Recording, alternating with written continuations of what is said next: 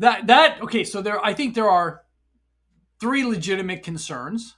The first is just deep fakes overall. I try and tell everyone I talk to, have a safe word for your family, because making a very convincing fake you takes 10 to 15 seconds of video. Yeah. So my mother will get a video call from my son and it's not him.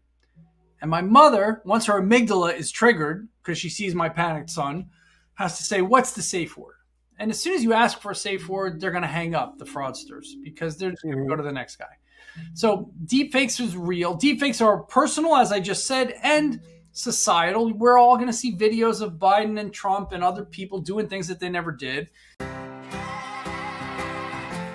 Martians landed. Yes. Wearing Prada suits. Yes. Drinking Henry Seltzer. Yes. Chewing juicy fruit. Yes, and? Your branding here. Yes, brand. Your message here. Yes, and? A verse about Yes. your product here. Yes. I'm Hersh Redman. Yes, and? I'm a message therapist. Yes. And I have a podcast. Yes, brand. That's right, that's it. Yes. We'll help you fix the world. Yes. Or your bottom line. All right. Your bottom line. Get it. I get it. Welcome to the Yes Brand Podcast.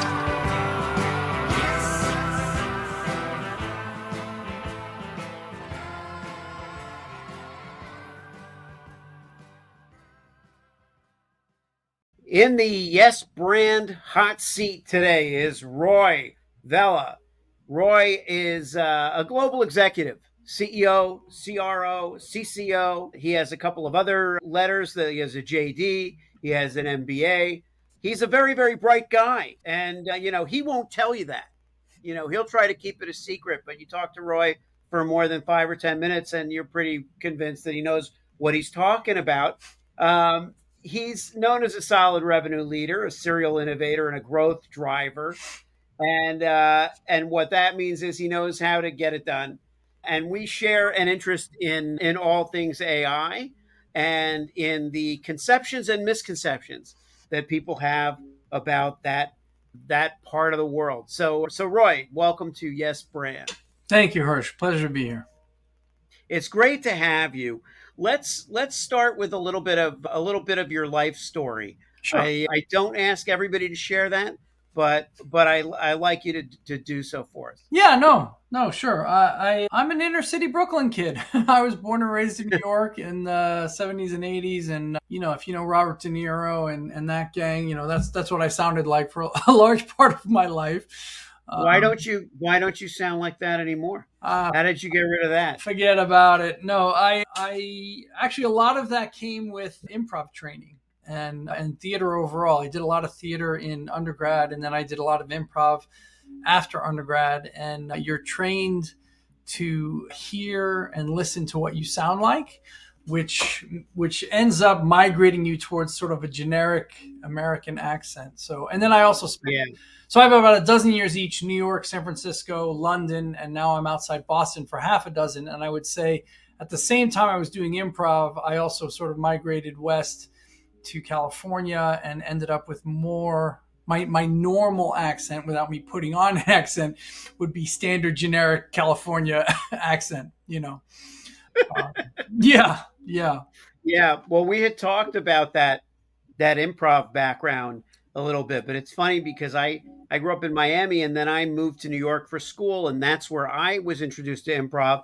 And then when I came back after that, people were like, "Oh, you from New York?" And I'm like, "Yeah, I lived there for 10 fucking years. I lived in New York." Yeah, of course I'm from New York. I mean, that's one of the magic things about New York is that especially immigrants, when people emigrate to New York, as soon as they get off the plane, 10 minutes later, you say, "Where are you from?" They're like, "I'm a New Yorker." Yeah, right. They immediately adopt the persona. Yeah, no question. And then I moved to LA and we had to chill it out. Right. Then I was one of those, but New Yorkers moved to LA and they don't chill out at all. They change the clothes a little bit. But because it's too that's it. Yeah, but yeah. But back to your story, sir. Yeah, so I gave the geography. So started in New York, kept going west, Yeah. was in Chicago, trained at Second City for a while, and then out to California for grad school. But at the end of the day, commercially as a business person, I'm a deep tech geek. I've always just loved the convergence of science, technology, and humanity, and I just find it fascinating. And I'm a science guy. My wife likes to joke around that I'm an inch deep but a mile wide in all of science. Like I could talk to any. She says I can talk to any scientist for 15 minutes very impressively, but soon I'll hit a cliff, and that'll be the end of my ability to talk about She this should topic. be grateful, Roy, that's the extent of it, because otherwise you would be a foot deep or more Right. rabbit hole guy who would never come out again. Yeah, exactly. So yeah, and career wise, I started a fintech out of grad school. I sold that and ended up in the early days of PayPal. PayPal sent me to London. That's how I got over there initially. We went for a year, maybe two, and just loved it. Stayed for 12, got our passports. And then I came back with a UK client who was looking for someone to run North America. And now the AI moment. So as you alluded to, Next CoLabs is my company, and we are solving the 2023 problem, right? Everyone got the message. The person with AI is going to outpace the person without AI. And what we do is help people adopt a new thought partner that happens to not have a body. Yeah. See, that's when we had our initial conversation a few weeks ago, that was one of the things that really impressed me right away, was that you have a facility with language that helps. I mean, this is what you're supposed to do, but Right. but no one else has been able to do it, which is to put into terms that people can understand Yeah. what it is that AI brings to our lives, what it's supposed to bring to our lives. A partner without a body. Yeah. I mean, the metaphor I think is probably most appropriate that I use all the time is that, we have been chopping wood with axes for forever. And now I hand people a chainsaw, and the first thing they do is they swing it at the tree. And they're like, this is a bad axe. And I'm like, it is a bad axe. Please don't swing it. like first, let me show you how to turn it on. And then second, I'll teach you how to use it, and the reality is once you learn how to use a chainsaw, you never go back to chopping wood with an axe. You're like, why would I do that? Like, that makes no sense. But it is a deeply counterintuitive new tool. It is not like the tools we've had before. And the means and methods of extracting value from it, of getting it to be good at chopping wood, are very different from sharpening an axe, swinging an axe, blah blah blah. Like, the metaphor is fairly appropriate in terms of the distance between an axe and a chainsaw. Yeah. And the other thing is, with a chainsaw, it is possible to kill yourself, but that isn't really that's not what the purpose is. It's not to kill you. Right. And a lot of people have this feeling about AI, this dread, this idea of, oh my God, we've been invaded by AI. AI has come to America or to the world to destroy us. Take me to your leader. So there's a few different things to say about it. So first of all, we landed on the wrong A and we landed on the wrong I. So artificial seems fake, not real, insubstantial, and intelligence implies thoughtfulness and correctness. What we have at the moment is augmented imagination. That's what it does. It enhances and augments your imagination. It is not trying to be right. It is not. I mean, the main critique of 2023, people said, oh, I asked it a question, it gave me the wrong answer. I'm like, it's not supposed to give you the right answer. It doesn't know how to cut and paste. It doesn't know. It's not searching a database. It's a weighted, word at a time story, just at a scale that we can't really comprehend. And asking it a question and evaluating the answer is somewhat of a deep misunderstanding of what it is and how it works. And that's part of what we do at Next CoLabs is first getting to literacy. Let me explain to you what this is. What does it mean to have a large language model? And even, I mean, we spend time on large. Like, I'll give you an example. I tell people all the time, our intuition as humans around scale is really bad. And I can prove it very quickly. 1 million, 1 billion, 1 trillion seconds. 1 million seconds, about 12 days. 1 billion seconds takes you up to 32 years. A trillion seconds is 32,000 years. So we go from less than a couple weeks to 6 times written history. But in English, it feels linear, million, billion, trillion, right? It feels like it's a line. But times 1,000 is not a line. And the reason I say it that way is when someone says to you, oh, our data set for our LLM is a trillion or trillions of data points, that's not really a conceivable number. Like, the reason it feels like magic for what it's doing and the reason we say, oh, intelligence, is because it's computing at a scale that's just not, we can't wrap our heads around it, and so it seems magical. It seems intelligent. I'm not convinced in that regard, like it's what it does is very impressive, but all it's doing is guessing the next best word given all prior words. Right.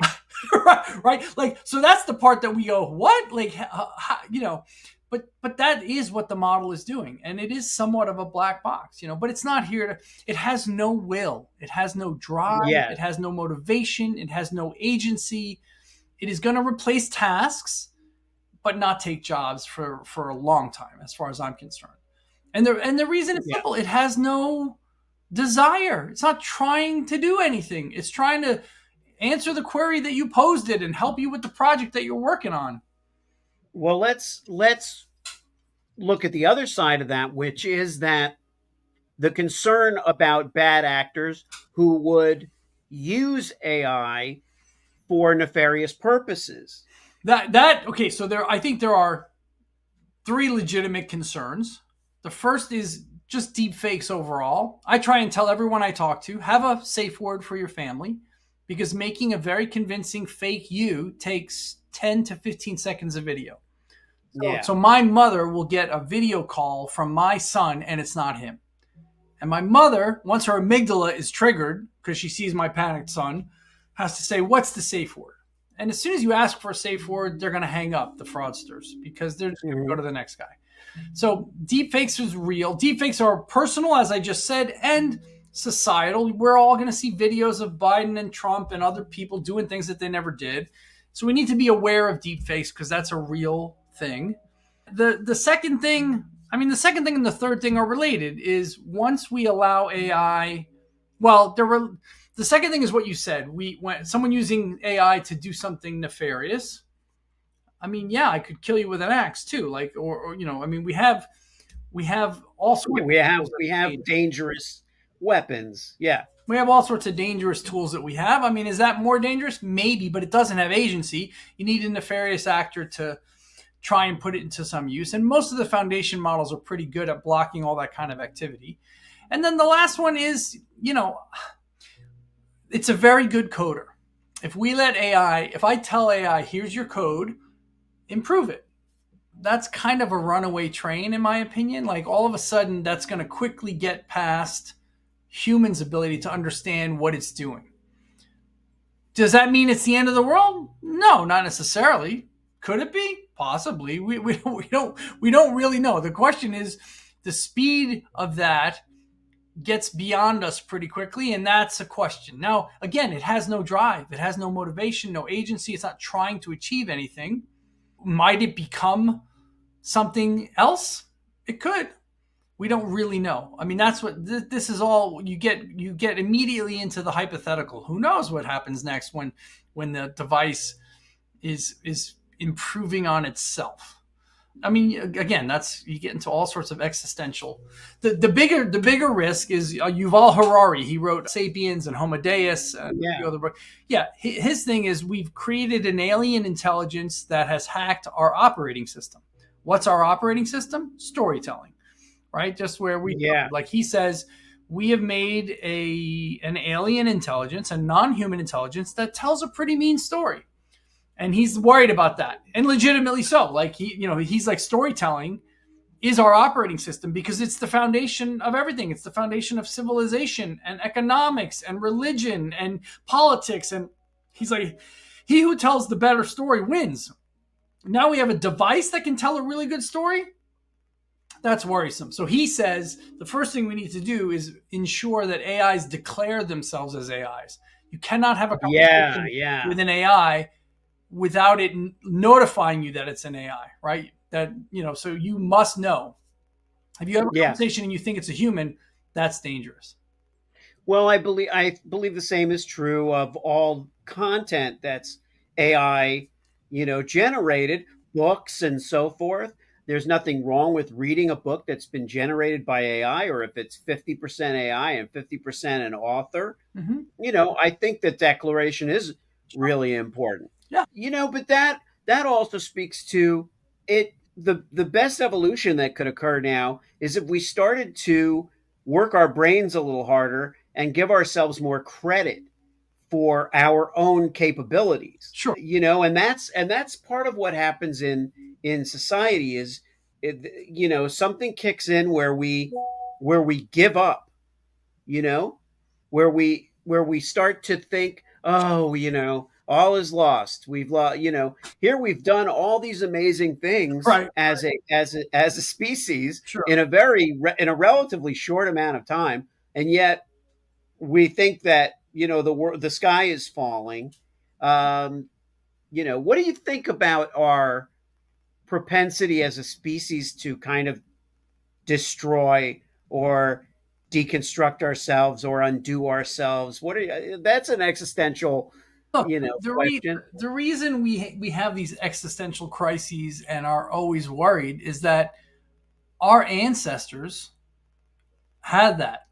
The ones who were like la di da, they walked off a cliff. They got eaten by a bear. The ones who didn't have any fear, any paranoia, any concern about surviving, didn't. They didn't survive. Like, it's as simple as that. It's just genetics. The people who are a little more cautious are us. We're the results of the slightly more cautious people, right? The So, crudes. yeah. Well, I mean, we definitely had. There's no question that the people who threw caution to the wind are gone in the wind. Like, Yeah.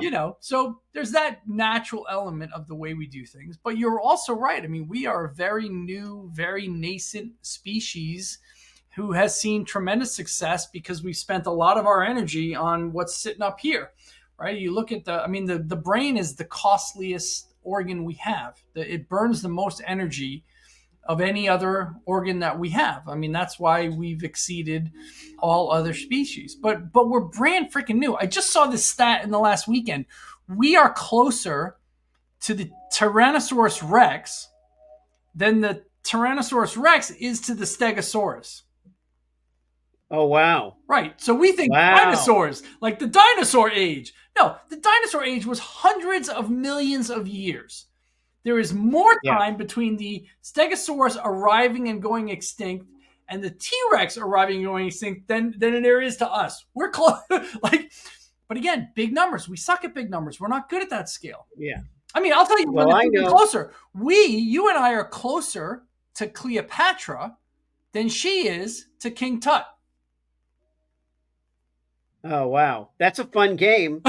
That's a fun game. We had talked about playing an improv game. I don't know if that's an improv game per se, because I don't know if my mind moves fast But enough. this is the thing. So, like, you're right. We are a very new species. We are exceedingly successful compared to any other species. We're definitely, we've coded the planet much more effectively than anyone else. I don't think we're going to wipe ourselves out. I don't think AI is going to wipe ourselves out. There's a great article I'm happy to share with whomever is interested. It's called The Goldilocks Zone.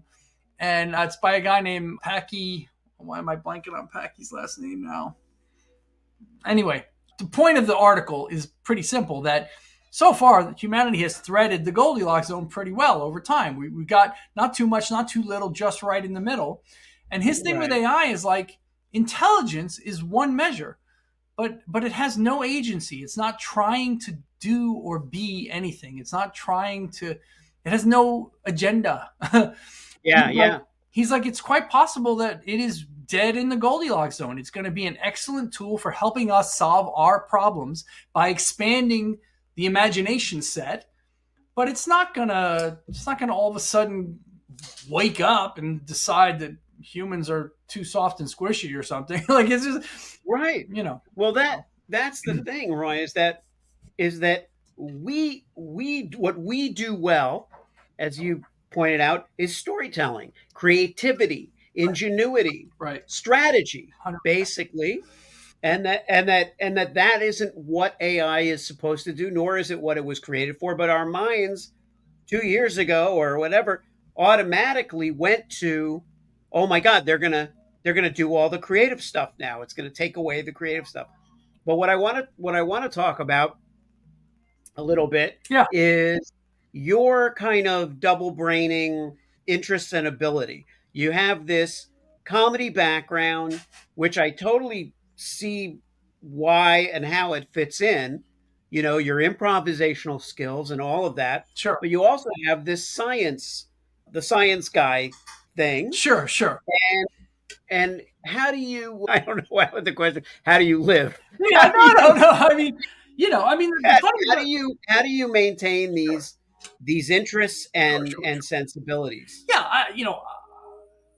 So there's an interesting thing that I don't think I've ever articulated this way, but your question is raising it, which is science and humor and comedy all have the same focus and foundation, which is truth, right? The funniest things are the true things, right? Yeah. Like when a comic gets up and does stand-up comedy and makes the audience laugh, I would tell you 9 times out of 10, it's because they stated the truth to you. They presented you with the obvious in a way that you went, huh, I never thought about it that way. Like they give you an angle or a spin on the truth that is, I think Gaffigan is fantastic at that, right? Like all he's doing is telling you exactly what he's seeing. He's very observational, and he mostly, I would say, again, 9 out of 10, he's just like, here's some truth. And we go, oh, that's funny. And fundamentally, science is the same thing. We are seeking truth, and we are exploring and learning. And really, at the end of it all is curiosity, right? Like we're just curious to see how other people see things and what's true about the world. And yeah, I mean, for me, that's the same drive, same instinct. Learn new things, observe things, and find the truth. And often that's pretty damn funny, right? Like, Yeah. And I never thought of that, because I had not thought of myself as the science guy, the science Sure. student, but my other podcast, Truth Tastes Funny, is very much rooted in that notion that it's the ability to approach reality with humor, to laugh in the face of reality, so to speak, that allows us to survive. What I think is interesting also about what you said is that curiosity is akin almost or somehow responsible for fear. In other words, if we weren't curious, we would be that same species that walked off the cliff. If we were curious only about what's ahead, but if we weren't like, well, is that ground safe to walk on? Is this, what makes this go like this? What makes this do this? What is AI going to do? If we weren't curious, we would be oblivious, and we would meet an end. So maybe the hope for our species and for the planet is that the curiosity that can sometimes get us down rabbit holes, sometimes get us in trouble, may also lead us to our own salvation. Sure. If we can. Yeah. What is your viewpoint as pertains to the future? When you think about the future in the big picture or even in the short term, Yeah, I mean, I would say one of the magics about AI is it's fundamentally big data, scale processing. We've had big data for forever. What happened in the last few years is scale processing caught up, and we actually had enough scale processing power to extract the signal from the noise, right? And that was the big problem. We've had the data for forever. It's the extracting the signal from the noise that has been a challenge, and we're finally doing it. And by the way, the science hits are unbelievable. We found the first new antibiotic in 60 years. We folded every possible protein, not every known protein, So up until AlphaFold by Google DeepMind came around, we had taken amino acids and we had folded about, I think it was 100,000 proteins, okay? We gave the amino acids to AlphaFold. We explained how they fold. In 2 weeks, we had 4 million proteins. Like, we went from 100,000 to 4 million 2 weeks later, right? Like, Yeah. it's so what's happening is that this scale processing, I tell people, we're in a time condenser. So we are now we are processing way faster than was possible before. Like when we're condensing time. So before AlphaFold, Google DeepMind had AlphaGo, which played the game Go, right? Right. Everyone Right. said, "Oh, well, a computer AI will never beat us at chess." Well, then it did, and we're like, "Okay." Then they're like, "You'll never beat us at Go. Go is way more complicated, way more permutations, right?" How did we teach AlphaGo how to play Go? Very simply, we gave it all the rules, and then we let it play itself. AlphaGo played more Go than all of humanity has ever played. Right. It just like Of course. Yeah. scale processing. Here's the data set. It played and played and played. There's a thing called Move 78. So in the game where AlphaGo finally beat our top Go player, the top human, Lee, whatever his name is. I'm blanking on last names today. I don't know why. Lee was playing AlphaGo, and Move 78 that AlphaGo made. By the way, competitive chess and Go, there's like commentators. Oh, and now he did this, and now he did that. Yeah, yeah. This reminds me of the 1948 game against the Russian, like blah, blah, blah. Like, Yeah. everyone was like, what the hell is the machine? Like Move 78, people were like, what the hell is it doing? Like, why did it? No one understood it. Lee stood up and took a walk. He's like, I need to take a break. I need to think about this, right? At that point in the game, when he came back, he and all the commentators were like, it screwed up. It just did something that just doesn't make any sense. At the end of the game, that move was the crucial move. That move won the game. Wow. And literally Lee said, I have to think about Go in a whole new way. He's like, it changed my understanding of the game. Yeah. And, again, scale processing. The machine played more Go than Lee could ever hope to play, never mind the rest of humanity. But we're doing that with everything. Like the science hits that are coming are blowing my mind. We have a new superconducting magnet, which is crucial for electricity generation and sending, that we just discovered. Like material science, climate, health. This is a huge data set between genetics, epigenetics, microbiome. Like we alone, we are going to get to the point where they're going to take a sample and say, here's a pill for you. Don't give it to your kids. It's not for them. Don't give it to anyone else. This pill's for you, for this huge data set. Like there's just going to be, it's just going to be shocking, I think, what's coming up next in terms of our ability to process huge amounts of data and extract coherent signal. It's pretty wild. I think it's exciting. It's exciting times. Yes, but you haven't answered the question. I forget what the question was. Well, no, that's a fascinating discussion. But the closing question, let's say the closing question is, Keep me honest. If you can give some advice to people who are younger than we are, and let's say have a bigger stake in the next century. Sure. What would you impart? Trending towards free. They're mostly free. So go use them, have a conversation, interact with the model, and understand about context, right? Like you need to tell the model who you want it to be and who you are. People, this is one thing I didn't get into this time, but if you don't tell the model who you are and who you want it to be in the conversation you're having with it, it's going to meet you at the mean. Like there's a bell curve. The mean is an IQ of 100. So unless you tell it something, it's going to assume your IQ is 100 and it's going to act at an IQ of 100. And your IQ is well over 100.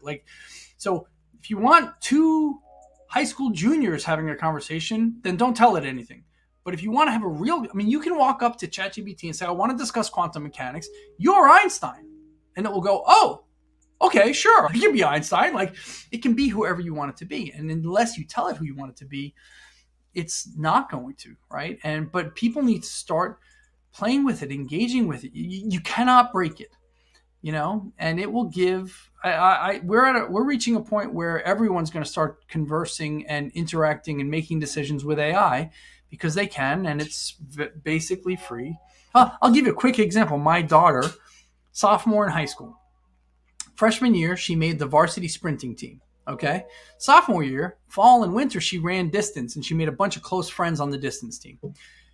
Come spring, she's like, what do I do? Do I go back to sprinting because I was varsity, or do I stick with my distance runners? Like, what should I do? She goes to Pi. The personal intelligence, PI, is a product made by Inflection.ai. Inflection was created by Mustafa Suleyman. He's running Microsoft AI right now. Right. If you just go to the website, pi.ai, that's the entire site, 5 characters. She goes to Pi and says, Pi, I got this hard decision. Can we talk about it? Pi's like, sure, yeah, tell me what's going on. So my daughter tells it all the context. Here's all the background. I thought for sure Pi was going to say, here's the pros, here's the cons. Good luck with your decision. No, Pi said, oh, that's a hard decision. I see why you want to talk about it. Here's what you should do. I was like, yeah, what? So my daughter was like, yeah, but what about this? What about, she was like, well, what about college recruiters or blah? Like, she had other questions, and Pi said, yeah, that's a very important point you make. I see why you would bring that up. I still think like Pi was freaking opinionated, like adamant. Yeah. And I'll tell you something. I think I'm a fairly good parent. Pi knocked it out of the park. It was great advice. What did Pi advise? Pi said, you know what? Varsity's great, but you don't know that you won't make varsity for distance. And frankly, friends are more important. If you have good, close friends, your friends are what you're going to remember about high school. Your friends are what's going to pay off in the distant future. Your friends are what matters. Varsity or not, whatever. I was like, holy shit, like, that's great advice. Like, I was just like, that is dead on the money. Really solid advice. But I'll tell you something. I don't know. So what if she had said, should I try drugs or should I have sex with my boyfriend or whatever? Like, what if she asked a question that I'm not so sure what Pi would say? What a value, and I don't know what Pi would say to more contentious questions. But I can tell you this: I am 100% confident that everyone is going to be talking to AI about hard decisions moving forward. They're going to be like, I need some advice. I've talked to all my friends. What do you think? Yeah. And it's and you know what, as you describe it, under the right circumstances, it's at least as valid as anybody else's opinion, And so, I mean, it actually might be more valid because of the scale thing, right? Because it has more content and interactions to rely on than I do. I can tell you right now. That's right. Pi was just launched a year and a bit ago. Pi's had more conversations than I have. Full stop. That's right. That's right. Again, time compression, right? Like, time is just getting compressed, and these systems are just running and running and running and running. They're doing stuff at a scale that we can't comprehend, and they're compressing. That time compression gives us results that are better and faster and more valuable overall. Absolutely. Now next time we're gonna just do improv games. We're just gonna have a special. We'll have a special 20-minute episode of just a few, like 2 or 3 improv games. But and they'll be AI themed, we'll do AI themed improv games. But till that time, where can people find you? I am blessed with a very unique name, Roy Vella at anything. Roy Vella at Gmail. It would be email. Roy Vella on LinkedIn gets to me. Just my tag on LinkedIn. At Roy Vella on x.com. I'm pretty easy to find, actually. Just if you can spell my name with double L's. I didn't put my last name on here. I didn't realize. But yeah, Vella. We'll include it. Yeah, easy enough to find. Yeah. All right, buddy. Thank you so much for jumping on. Yeah, no, my pleasure. Great to chat, Hersh.